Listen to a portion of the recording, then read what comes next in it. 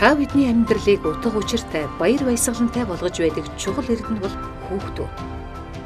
Эцэг их болно гэдэг жаргал хэмээх бэлгийг амьдралаас авч угаа гэж зөвөрлөвл тэр жаргалыг хамтдаа мэдрэх, хамгаалах, хайрлах зэрэг хариуцлагыг үүрэх хэрэгтэй болдог. Хүүхэд эрүүл өсөж торнож, эцэг их гэр бүлтэйгэн хамт инээд хөөрөөр дүүрэн амьдрна гэдэг энэ хорвоогийн эрхэм жаргал билээ.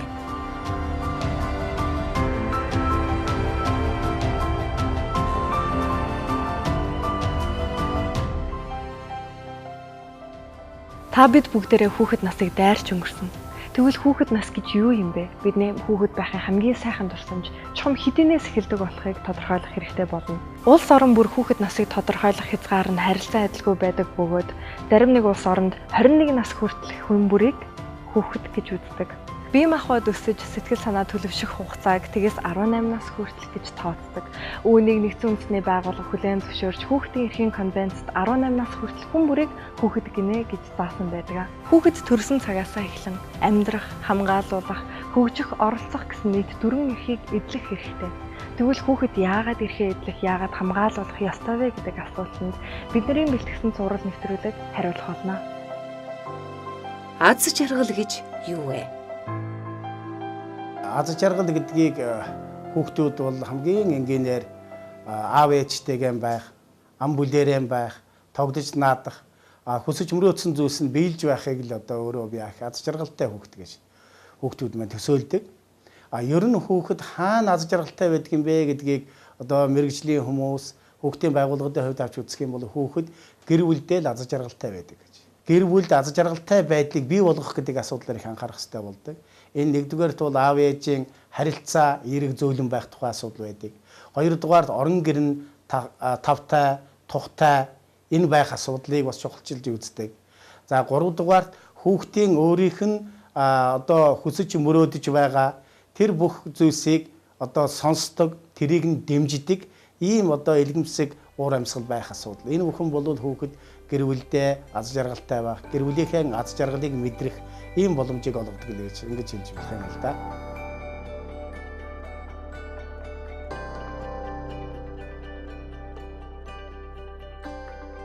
Нэгдсэн үндэсний байгууллагын хүний эрхийн түгээмэл тунхаглалын 1-р зүйлд хүн бүр төрхөөсөө эрх чөлөөтэй нэр төр эрхийнхээ хувьд адил тэгш байна гэж заасан байдаг.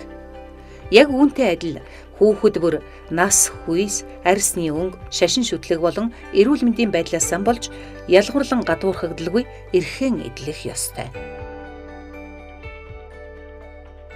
Үе тэнгийн хүүхдүүд эсвэл одоо ингээ хүүхдүүдийн хооронд бие бинийгээ ямар нэгэн ялгаатай байдлаар нь дарамтлах, эсвэл тэрүүгээр нь ад шоу үзэх, очих, нэр хочих гэд дээрлэлт гэж орчуулдаг байгаа манайхан. Хамгийн гол нь хүүхдийг багаас нь эхлээд хүн болгон бол ялгаатай. Бүгдээрээ адилхан байх албагүй гэдгийг бол аягүй сайн ойлгуулах хэрэгтэй. Тэгснээрээ яасан ингэж ойлгуулж чадсанараа яг үхээр хүүхдийг царай зүсээр нь, насаар нь, өндөр намаар нь, баян ядуугаар нь, онцмоо сурдгаар нь ялгах боломж үл яг багасна. За тэгэл өсвөр насны хүүхдүүдэд эрэгтэй эмэгтэй хүүхдүүдийн ялгаа, биеийн хөгжлийн ялгаа гэл ингээл насанд нь тохирсон мэдээллүүдийг бол үүж явах нь бол одоо тэр саяны хэлээд байгаа тэр дээрлэхэлт ялгаатай байдлаар нэг хочлох нийтлэх явдлаас сэргийлж чадна. Хүүхэд байгаа газарт тэдний эрх яригдана. Харин хэн ярьж, хэн хамгаалж, хэн хэрэгжүүлэх вэ? Хамгийн түрүүнд хүүхдийг эцэг их гэр бүлийнх нь хамгаалах ёстой. Гэтэл хүүхдийн эрх хаана илүүтэй зөрчигдөж байгааг судалгаагаар харвал 42.3% нь гэр бүлд, 53.2% нь сургуульд, 5% нь олон нийтийн газарт зөрчигддөг байна. Мөн 71% нь бие махбодын, 41.9% нь сэтгэл санааны шийтгэлд өртдөг байна. Энэ бол хүүхдийн эсрэг хүчирхийлэл бодиттой байгаагийн нотлохоо. Тиймээс хүүхдийн эрхийг хамгаалахын тулд дан ганц эцэг их биш, төрийн болон төрийн бус байгууллагууд, олон улсын байгууллагууд, олон нийтгээд бүгд хамтарч ажиллаж байж бодиттой үр дүнд хүрнэ. Жишээлбэл хот суурин газар, хөдөө орон нутаг, алслагдмал дүүрэг, сумын алинд нь хүүхдийн эрхийг хангаж ажиллах хамтарсан баг байх ёстой. Хүүхэд хамгааллын хамтарсан багийн гишүүд гэж хороо багийн засаг дарга, цагдаа, хүүхэд гэр бүл залуучуудын хөгжлийн төвийн нийгмийн ажилтан, эмч, сургуулийн нийгмийн ажилтныг нэрлэнэ. Улсын хэмжээнд бол 330 гаруй сум 160-аад хороонд бол энэ хүүхд хамгааллын хамтарсан баг байна. Энэ хүмүүс маань хүүхд хамгааллын зарчмыг илүү сайн ойлгодог, илүү сайн хэрэгжүүлдэг ийм ирмэлцлэр бүрэн хангагдаж чадвал хүүхдийн эрх хамгаалагдах өрчин сэргийлэх нэг нөхцөл болно. Хоёрдугаарт эрхэн зөрчигдсөн хүүхдэд тусалцаа үзүүлэх, түүнийг дахиж зөрчигдөхөөс нь өрчин сэргийлэх хоёр дахь том боломжийг нээж байгаа. Аймаг орон нутгийн хүүхдийн байгууллагуудын, дээрээс нь хүүхдийн асуудлыг үндэсний хэмжээнд зохицуулж байгаа байгууллагуудын хүүхэд хамгааллын мэдлэг ойлголт нь сайн байгаасай. Дээрээс нь удирдах, чиглүүлэх, хяналт шинжилгээ хийх үүрэг функцээ илүү сайжруулаасай. Дээрээс нь энэ үйл ажиллагаанд гарч байгаа төсөв хөрөнгө нь оновчтой байгаасай. Тэгвэл энэ хүүхдэд хүрж байгаа үйлчилгээ нь хүн ардад хэрэгцээтэй байгаа энэ тусламж нь илүү бодиттой байна гэж ингэж харж байгаа. Хүчирхийлэл гэж юу вэ? Хүчирхийллийг бол товчхондоо тодорхойлох юм бол өөрийнхөө давуу талыг ашиглаж өөрийнхөө эрхшээлд оруулах гэдгийг л хэлээд байгаа юм. Жишээл ээж аавд бол яадгүй миний л гаргасан хүүхдэд чи би яасан ч яах вэ гэж боддог тийм үү? Багш хүн гэх юм бол ерөөсөө энэ бол дуугаа айгүй дуугаа авах хэвээр ямар нэгэн байдлаар миний үдэс тайлбар хэлэхгүй байх хэвээр ч гэдэг юм уу. Тайлбар хэлэх юм бол чи яасан том дуурдаг юм бэ гэж эхэлдэг. За хүчирхийллийн хамгийн хор холбогдолтой юм энэ бол товчхондоо хэлэх юм бол нэгдүгээрт бол энэ бол далд хийгдэж байдаг. Хоёрдугаарт бол даймжирж байдаг. Гуравдугаарт нь дахин давтагдаж байдаг буюу 3D-ийн зарчмаар явдаг гэж тодорхойлогддог. Альва ажил бүтээгч вэ, хүүхдийг ойлгоч вэ, тэрний 60-70%-ийг бол харьцаа өөрөө илэрхийлж яадаг. Тэгэхээр бид бол эхлээд хүчирхийлэхгүй байвал хүнтэй зөв харьцах, хүүхдээ хүндэтгэж чадах тухайн асуудлаас эхэлнэ гэж байгаа. Насанд хүрэгчд өөрийнхөө өнцгөр хүүхдийг өөрсгөө байлгах гэдэг. Энэ бол маш харамсалтай асуудал. Хүүхэд үгэнд орохгүй байх, буруу хэрэг хийх үед эцэг эх, гэр бүл, багш, сургууль хүмүүжүүлэгчгээд хүүхдийг асран хамгаалах үүрэгтэй хүмүүс загнах, зандрах, гар хүрэх, цохих, бусдаас тусгаарлаж хорих зэргээр шийдэгдэг. Насанд хүрэгчид үүнийг хүүхдийн хүмүүжүүлж байна гэж боддог бол эсвэргээрээ хүүхдэд энэ шийтгэл нь хүмүүжил болдоггүй. Хүчирхийллээс хүчирхийлэл төрдөг.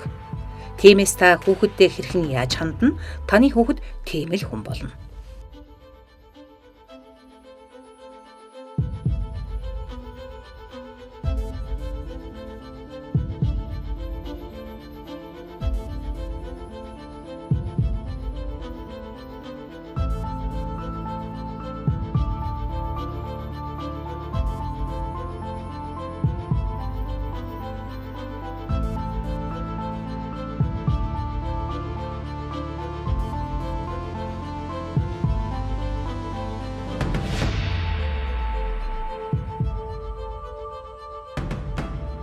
Хүүхдүүд санамсаргүйгээр, болгоомжгүй байдлаас эсвэл мэдлэггүйгээсээ болж аливаа зүйлийг буруу хийдэг. Тиймээс эцэг эх, гэр бүл, багш, сургууль хүмүүжүүлэгч нар хүүхэдтэй зөв харьцаж, тухайн зүйлийг тайлбарлаж, буруу ашиглаж хэрэглэснээр ямар хор нөлөөтэй болох, хэрэв хүүхдэд аюултай тохиолдол үүсвэл нуулгүй хэлж байх ёстой зэргийг сайн ойлгуулж, тайлбарлаж өгөх нь зүйтэй. Та өнөөдөр хүүхдтэйгээ яаж харилцаж байна? Тэр хүүхдээ одоо эрхийг нь дээдлсэн, хайрлсан, хүндэлсэн, хүчирхийлэлгүй тэр орчинд одоо байлгаж чадж байгаа бол таны хүүхэд ирээдүйд тийм гэр бүлийг бий болгоно. Магадгүй та хүүхдтэй одоо буруу харьцдаг, буруу одоо хүмүүжлийн аргаар, магадгүй зарим тохиолдолд хүүхдээ хүчирхийлдэг бол ирээдүйд таны хүүхэд одоо тийм байдлыг өөрийнхөө үр хүүхдэд гаргах магадлал өсдөг гэдгийг анхаарах хэрэгтэй. Тэгэхээр өөрийнхөө үр хоочийг эх орныхоо ирээдүйд илүү гэрэлтэй гэгээтэй байлгая гэвэл өнөөдөр ээж аав бид нар хүүхдээ хүчирхийллийн бос эерэг аргаар хүмүүжүүлэх хэрэгтэй юм аа. Хүүхдийн эрх энэ үг танил мэддэг юм шиг хэрнээ мэдэхгүй зүйл олонтоо. Хорвоо дэлхий дээр хайрлуулах гэж, хайрыг түгээх гэж ирсэн амин өрс, гэр бүл, асран хамгаалагчтай зориулсан цуврал нэвтрүүлгийн ууган дугаар энд хүрээд өндөрлөж байна. Нэвтрүүлэгтэй хамт байсан үзэгч та бүхэндээ баярлалаа.